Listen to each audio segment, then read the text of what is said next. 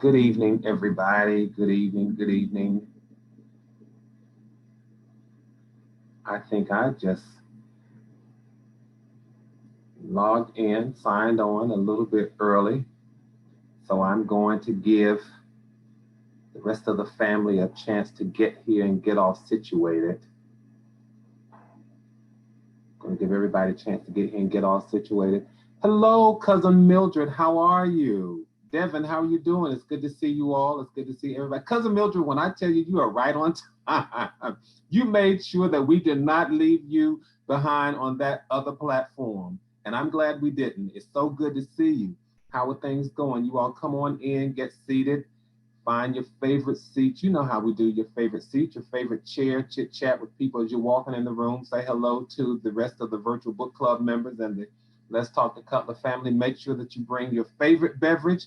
And if you brought snacks, you know the routine. If you brought snacks, make sure that you brought enough for everybody. If you brought popcorn, potato chips, or something, it doesn't matter. Just make sure that you get in here and you get comfortable. We have a few things that we're going to catch up on. We're going to talk about. I'm excited. I know I'm probably all over the place. I know I was last time we met. Present and accounted for. There you go, Cousin Vicky. It's so good to see you. Now, okay, Nikki, it's good to see you too. All right, you all make your way on in. It's good to see everybody. And what I can tell, it's good to see everybody. Hey, y'all, it's me, Juan. We're glad to see you too. What I can tell you all is that Audrey, come on in here. Come on in here. That's Lady from Georgia. Come on. It's good to see you. Wanda Ross, good to see you all. Faith, it's good to see everybody. Make your way. I'm telling you all, make your way in the room. I got a whole lot of stuff to say and a little time to say it in because you know how we're doing. For the next 1,800 seconds, not 1,800 minutes, but for the next 1,800 seconds, you have invited me into your living room, your family room, your den, your kitchen, or wherever you are at this time. So we're going to make good use of our time. The next 8 seconds is ours. It belongs to the family. Now, what I can tell, what I can see is that there are more people on. That Paula, my friend, my sister, it's good to see you. It's good to see you. What I can tell is that there are probably a few more people watching than those who have signed up in the chat room.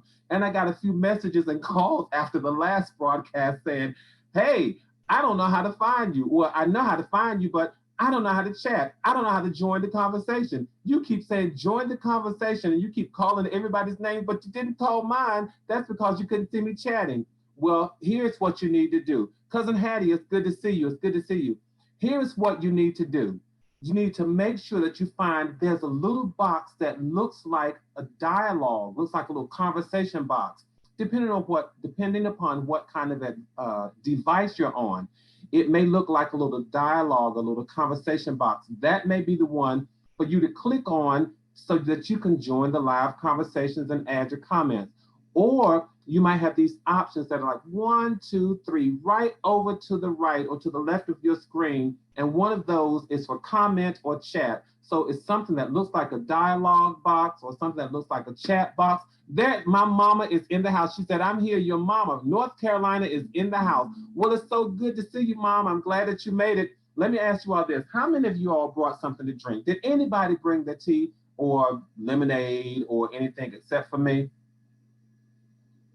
Peach tea, it always hits the spot. Now, listen, I know I'm excited, and I'm excited because everybody is here. Everybody, hello, cuz, how are you? I see you. I see you. It's so good to see everybody. Make sure that you chit chat with somebody while you're in here because, again, listen, we're counting down. You all have used some of my time. I told you I got 1,800 seconds with you all, and you're using my time just talking to the other people in the room. But do what you need to do.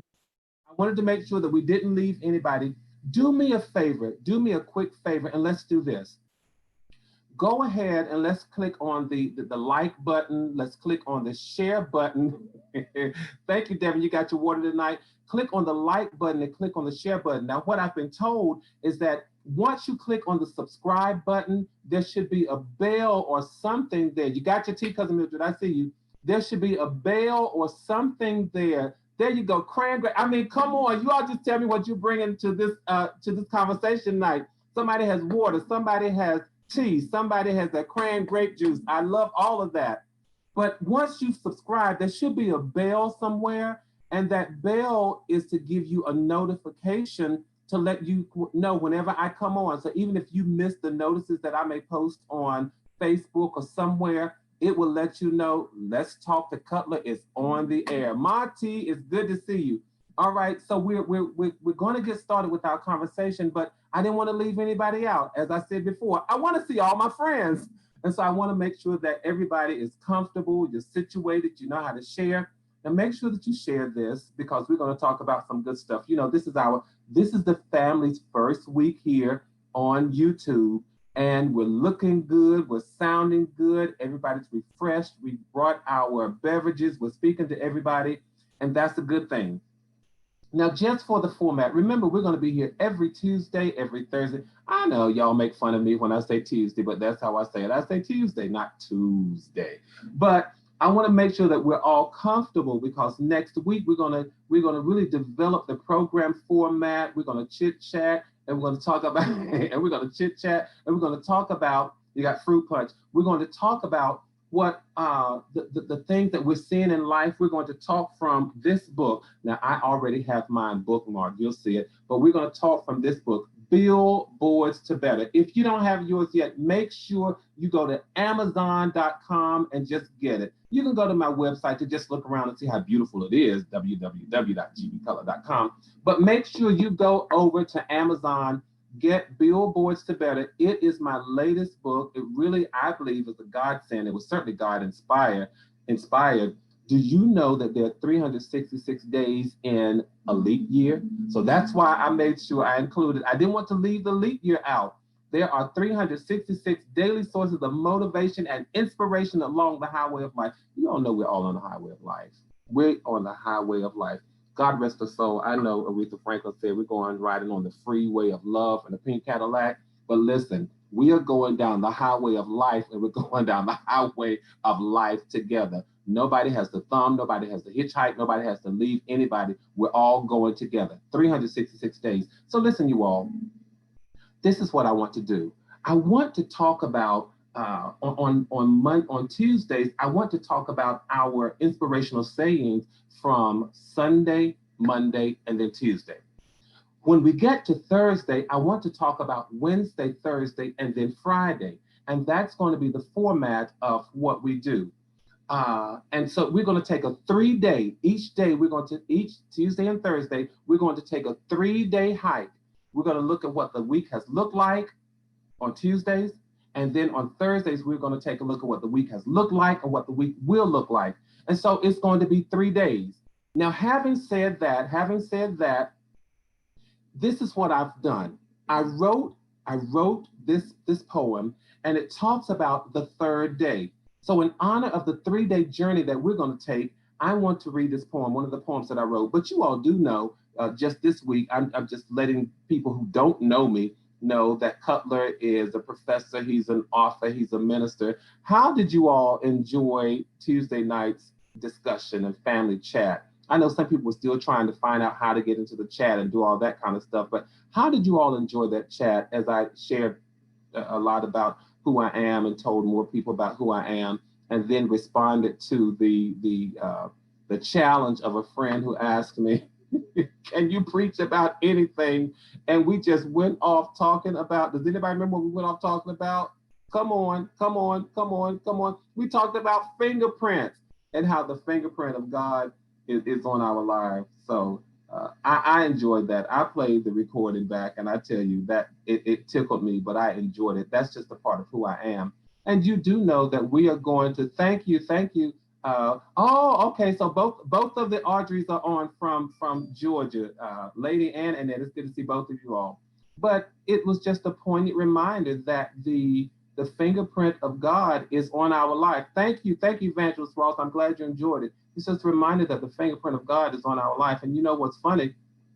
As I was walking here to the office to get ready for this. You all, let me just tell you something that's funny, because I know I'm going to spend this time with family, and we are in this. Okay, okay, I see the challenge. Watermarks. Okay, hold on just a second. I'll see what I can do with watermarks for just a second. But what I did that was funny, when I was getting ready to come in here, I put on cologne. Now, Gregory, nobody is in your house. Nobody can smell you, but it's family time. And I just decided, hey, if I'm going to spend family time in somebody's kitchen or living room with them, then I am going to, put on cologne, because that's what I do. But in terms of watermarks, yeah, if you want to can I preach watermarks? When we think about watermarks, one of the things that a watermark does, it identifies a thing. So if I've spent a lot of time writing, if I spend a lot of time creating something, then one of the things that I do, I put a watermark on it. A watermark is what seals it. It identifies the thing as uniquely being mine. And you don't always see the watermark, but I dare say this: whenever there's a question about who the thing belongs to, the watermark will show up. So in your life, when there's a question as to whether or not you belong to God, I promise you the stamp of God will show up in your life. The devil knows who belongs to God. So don't ever worry about having to wear a big badge on your forehead, a big Bible in your hands, or anything that declares who you are. A lot of times the watermark doesn't say anything. It's just red.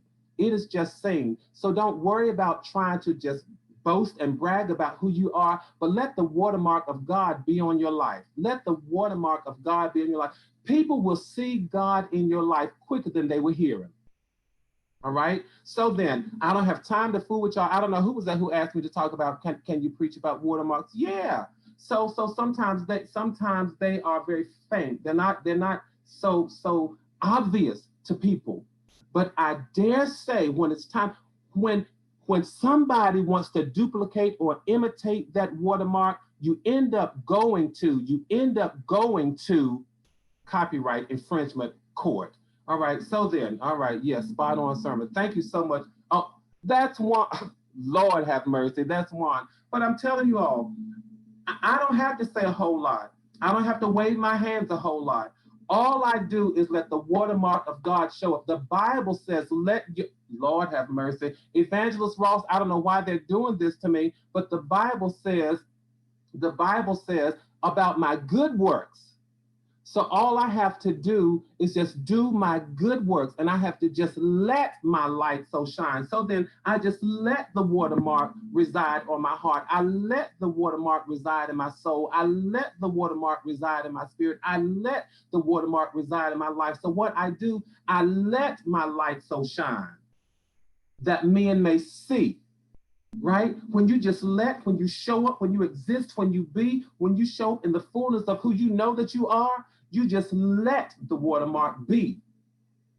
That's all you have to do. So stop trying to make things happen in your life as it pertains to God, and just let your light so shine that men may see your good works and glorify your Father is in heaven. All right.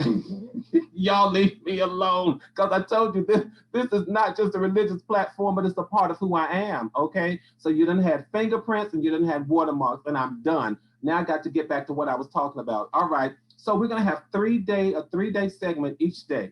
And you all have you've seen a cursory view of what we're going to talk about tonight. Yeah, we're going to talk about relationships, forgiveness, and dumb questions, but we're going to talk about it within the framework of Billboards to Better. Within the framework of Billboards to Better. So let me just this is just to give you a peep of what our format is going to look like. Okay. So on Thursdays, remember, we're going to talk about Wednesday, Thursday, and then Friday. As we look at Wednesday was August. That was yesterday. Wednesday was August the 12th. So it says, you don't get credit just for being religious, but you do get credit for having a relationship. There is no reward in just believing, because even the demons believe. We'll take that scripture and it's not even a scripture, it's just a motivational saying, the one that says, hey, you don't get credit for just being religious, but you do get credit for having a relationship. What that really means is you don't get credit for just being a statistic. You don't get credit for just having your name listed.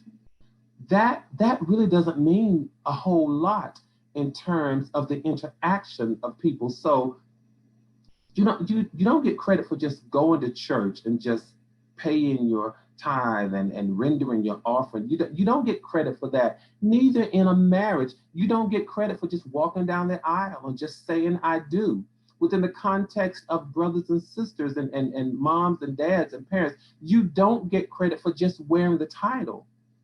But you get credit when you nurture and you develop the relationship. It doesn't matter what the relationship is, whether it's husband and wife, whether it's brother and sister, whether it's friend and friend, you get credit for nurturing the relationship, whether it is to God and the believer, you get credit for nurturing the relationship. You don't get credit for just being statistically there. You don't get credit for just being statistically there because there's more to relationship than just being statistically there. All right. Even as a student, when you walk into the classroom, you don't get credit for just being there. In fact, back in the day when you used to get credit for just being there, you got very little credit for being there. And certainly on the university level, we don't give you credit for just showing up. We give you credit for doing the work. So whatever it takes to nurture the work and to prove yourself. So August the 12th says you don't get credit for just being religious, for being a statistic, for doing those cursory things and those superficial things that people think that they get credit for doing. No, no, no, no, no. You don't get credit for superficiality, but you get credit for going in depth, right? There are some times in life where we've got to make things work. We've got to work at them and to make things work. So when it comes to relationships, no, you don't get credit for just being on the outside or just being on the periphery. But you've got to come in and make it work. You've got to come in and till the soil. Listen, a farmer does not get credit for just having the dirt and the soil, but they get credit for tilling the soil. Y'all know I grew up in the South. You get credit for just tilling the soil and planting the seed and fertilizing your crop and taking care of it. Relationships take work. All right. So then that's just a little foretaste of what we're going to do. So that would have been Wednesday's inspirational saying. Well, then let's go on to what would be today's lesson or inspirational saying. It says, until you learn to forgive like Christ. I'm actually reading from Two Springs. Until you learn to forgive like Christ, you have not learned to forgive at all. Wow. Forgive without conditions. Let me ask you all this. How many of you actually find it challenging and difficult sometimes to forgive? Or you have been in the situation, maybe you used to find it challenging to forgive, because what we fail to realize is that forgiveness is really not about the other person. Forgiveness has more to do with you than it does the person or the people or the entity that you are trying to forgive. A lot of times you have to forgive. Most of the times you have to forgive to set yourself free. You have to forgive to set yourself free. So then, and until you've learned to forgive like Christ, which says to forgive without condition. So even if you are not religious, let me put it within the context where you can understand. In order to set yourself free, you have to learn to forgive without conditions. So that means somebody did you wrong. It doesn't mean that it was okay. It doesn't mean that it was okay what they did. But it means that you learn to make yourself okay with it so that you can move on with your life. I just had a conversation with somebody yesterday, and I said that forgiveness many times is a process, and you have to put yourself in the process of forgiveness. Oh, Lord have mercy. I just really said something to myself.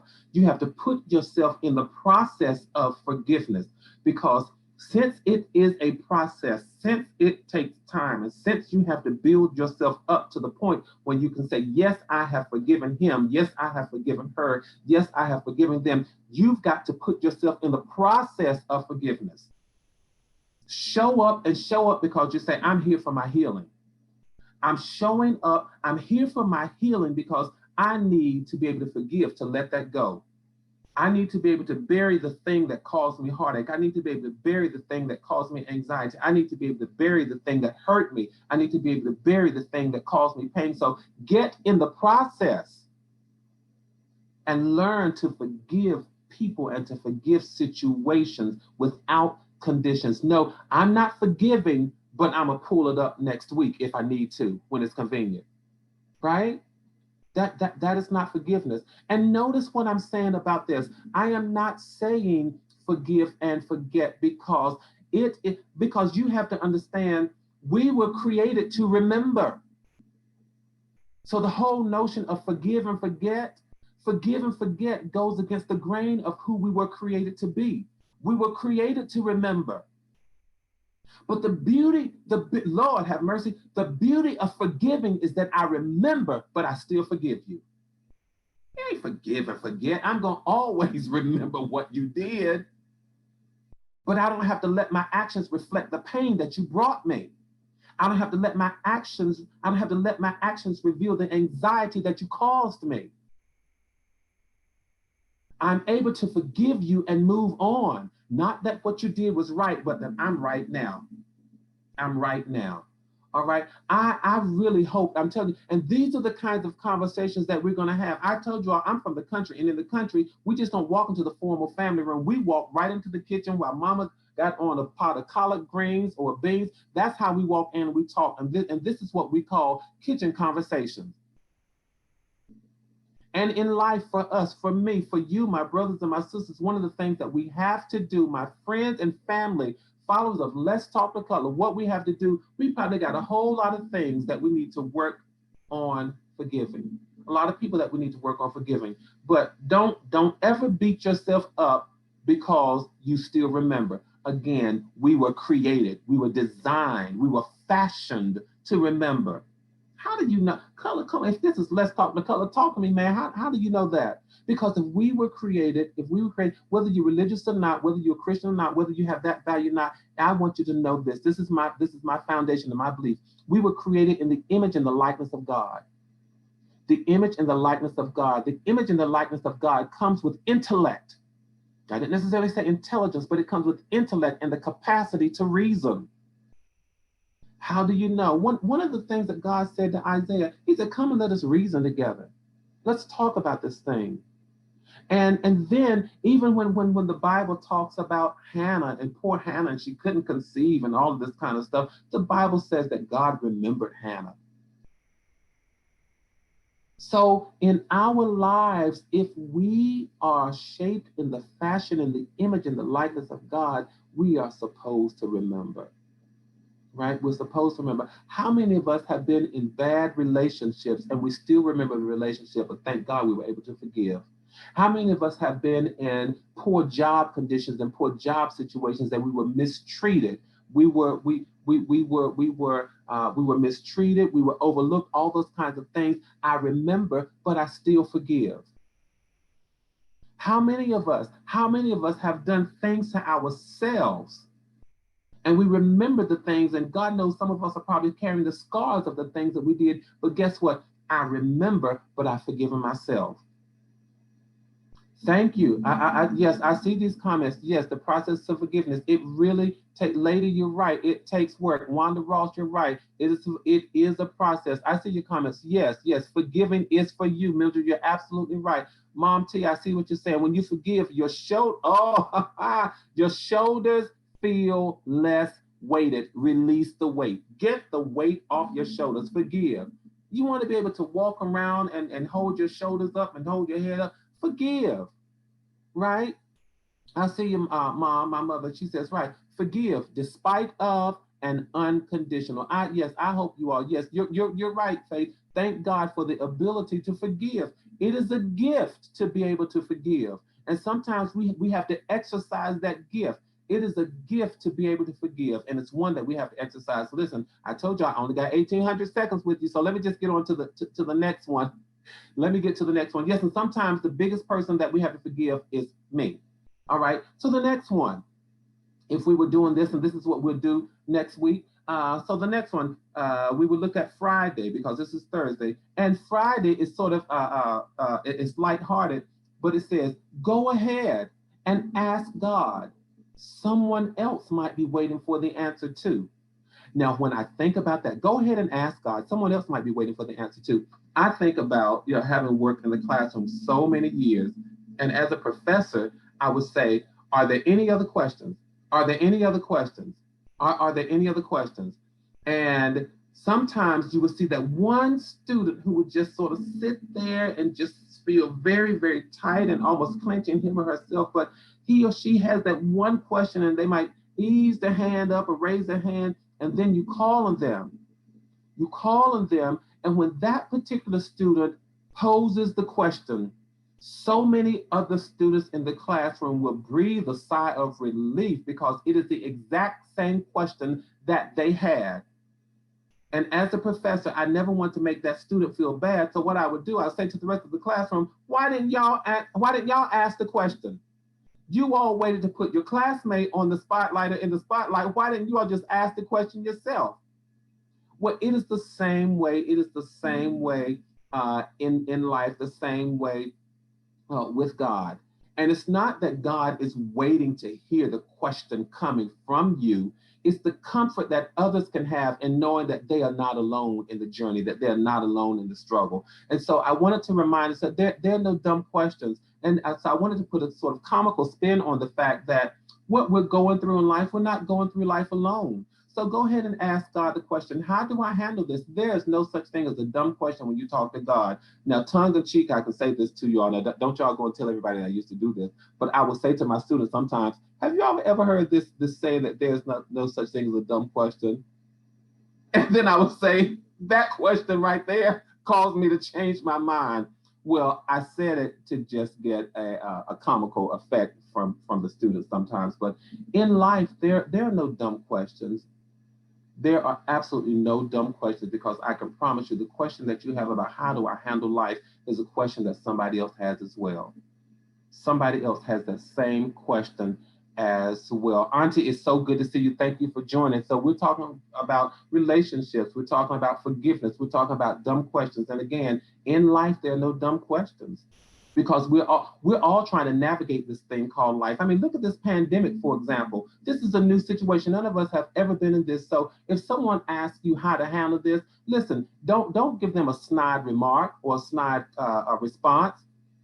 You don't have the answers, and they don't either.